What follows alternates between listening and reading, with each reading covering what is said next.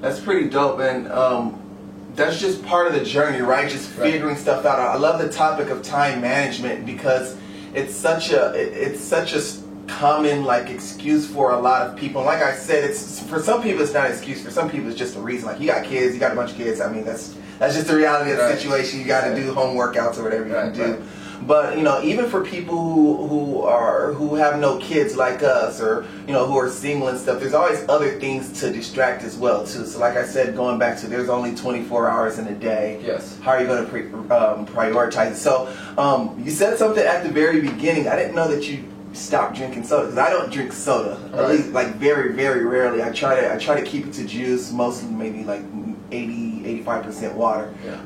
What led to that? What led to that is, diabetes in my family. It runs in my family, and one thing I wanted to cut out was to start with soda. A very key component, I think, and what I did. A lot of people tell me whenever I tell them, hey, I don't drink soda, they tell me, oh, how can you just drink water? If you like the flavor aspect and you don't like water just in general, you could. There's so many things that you could put in water. I mean, Kool-Aid or whatever. Some kind of flavor that you could flavor your water with, and start off like that. I did it cold turkey, and it was hard at first, but like I said, it takes it's proven fact that it takes 25 repetitions to make a habit. So you have to form these habits. It's easier for us to form bad habits because it's easy, but it's hard to form good habits that's beneficial. And if you keep your repetitions up, and if you maintain a focus on making a good habit, I think naturally your body will adapt. Yeah. So speaking of adapting, then what are some things that you experienced when you just went cold turkey and just cut off sugar? Because a lot of people don't realize how much sugar is in. First of all, when we think of calories, we only think of food, right? And so a lot of people don't realize how much the excess sugar through our liquids alone, whether it's soda or sports drinks or juice, add to our overall calories. And so when you cut off a high calorie source like soda, how did that impact you like right away? Right away, sleep, energy, focus. It's been a while, so I'm gonna try to recollect as best possible. But at that time when I actually lived with my brother, and my family drank soda, so it was there. It was always there, and the whole thing of my focus would go there, yes, but maintaining it would be just drinking, just substituting, being hard on yourself, because fitness is not something easy. Everybody knows it. Lazy people know it more so, because you don't want to do it. It's something that you don't want to do because it's hard. And if you get over it, there's, like I said, I Google and I watch videos on a lot of things I want to do. So I get motivation. So you have to find a motivation. You have to find a motivational speaker on these channels. You could be a motivational speaker. You could find these individuals just like yourself to basically help you. Just every morning, watch a video by you. Every morning, watch a video to whoever you want to focus on with what skill set they have, and listen to the advice. Don't be so apprehensive to it. And after listening, you cannot just one ear out the other. You have to basically take it into account and use it in your daily life. Right. So the start is always going to be hard. Right. In any aspect of life, right. The start of something that you want to do is going to be hard. You just have to maintain it. You have to be very strict on yourself. You have to be challenging towards yourself as well. And it's fun. It's fun. I call it fun because hey, what am I going to accomplish today? Let's do it. Let's see how fun it can be. Make it fun. Don't make it into like it's something I cannot do. Don't make it into a tough challenge. Make it into a fun challenge. And if you do that, if you do something that you enjoy, it's gonna be easy to you. It's gonna be something that you wanna do versus something I have to do. Right. So I want to kind of take that theory and kind of push back on it a little bit, and let me know what you think of this, because I know for myself, when the times where I've been strict on myself, it's usually been as a result of me trying to do too much at once, which leads to failure, which leads to guilt, and then ultimately, you don't want to take. Nobody wants to take like 20 L's. Like after a while, you're just gonna quit. So my theory is, and let me know what you think of this, is starting off small. So what you want to stick or adhere to or be strict with is baby steps. What's a baby steps? Just a small habit cue. Today I'm going to pack my bag and I'm going to go to the gym, and I'll just do 5 minutes on the treadmill and go home. Just something that's so small that you can do every day. I call it mini habits. What do you think about that? And do you think that that's something that might help other people, or something that's helped you? Because the reason I've been working out for 8-9 years straight, like the most I've taken off was 2 weeks, and that was for knee surgery, but like straight 3-4 times a week at least for 9 years. And the reason that is because I started off going to the gym doing dumbbell curls for 10 minutes and going home. Yeah. And so 9-8 years later, I'm still finding myself working out because I've just built on these little habits. So what do you think about that? Just a little pushback. Yeah, that's a great start.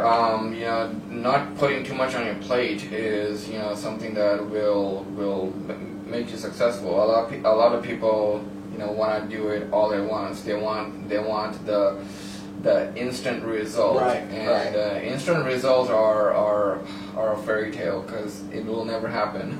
So the slow process. Slow process is the best way to go, because if you want to go a route, you have to get yourself adjusted to it. Adaption is key. So baby steps, you have a very good point on it. I would definitely recommend that route. But to your point as well too, earlier, it does take like what you did with soda, just going cold turkey. Right. Like that's being strict, right? Right. It is. So, but after a while though, it took less and less willpower to the point where you just like look at soda and like, nah, I don't, automatically, right? Right. That is more focused on me, what I can do, because I know my abilities. Right. I don't know what other people's abilities are. So in a broad aspect, I would definitely suggest that route, because you never know. If you say I'm going to do 1,000 push-ups a day, but you have kids, you have let's say you're a single parent, right? And your significant other, you're dating somebody. Now you have to fulfill everybody's needs. How are you going to accomplish that throughout the day? You probably will not. So let's start with 100 a day. Things like that. So I would definitely agree. I think that's the best route for your listeners to go with. It is those baby steps. Yeah, and I mean, and too, you said something just now that's key as well too. Everybody has different capabilities. Yes. And so, like for me, if my goal is 100 push-ups, personally, I probably would start off with 100. But maybe somebody like you, maybe somebody else can. So when I have the idea of just starting out small, that's completely subjective. Like. Small for somebody could be starting off going to the gym 30 minutes on the treadmill and go home. So that's a good point. So to wrap up each episode, I like for my guests to just, and you shared a lot of like dimes and gems and stuff that I think is going to be really helpful for our listeners. I like for our guests to wrap up with just one bit of advice, something that's helped you along the way, and you shared a lot of things that I already have. A motivational quote, something that you kind of live by that's helped you along your fitness journey. One thing I would definitely say is, you are your only barrier. You are your only wall to anything. And if you get over your fears into doing something new or going a route, you have a great starting point to accomplish whatever you want to accomplish. So never be your own barrier. Never stop yourself from accomplishing something that you feel like you can do, but in the psychological aspect you think that, I have too many things that will hold me back. Never do that. Always commit to success, and it will definitely influence your decision to positivity. For sure. Staying committed. I like what, it's kind of like what Charles said, Clarissa's dad last episode. He was just like, just get started. Yeah. Yeah, sometimes it's just that easy though. You just need to make the decision. And like you said earlier, it's not, you know, it's not easy to commit to a fitness lifestyle. Like if it was easy, then everybody would go to the gym, but it's not. It's actually a pretty small percentage of people who go to the gym regularly. So I think that's a sound message. At the end of each episode, I like to kind of lighten it up and just have fun and ask some random quick fire questions. And so let's do it. Let's do it, man. Are you ready? This is going to take us into the mind of Abdul. Here we go. First thing you think of when you wake up? How am I going to be successful today? Nice. Would you rather be a master of every musical instrument or fluent in every language? Musical instrument. Would you rather be a deep sea diver or an astronaut? Ooh, I know. Tough one. I would say deep sea because astronauts, we already have seen what's up there. No one has seen what's down.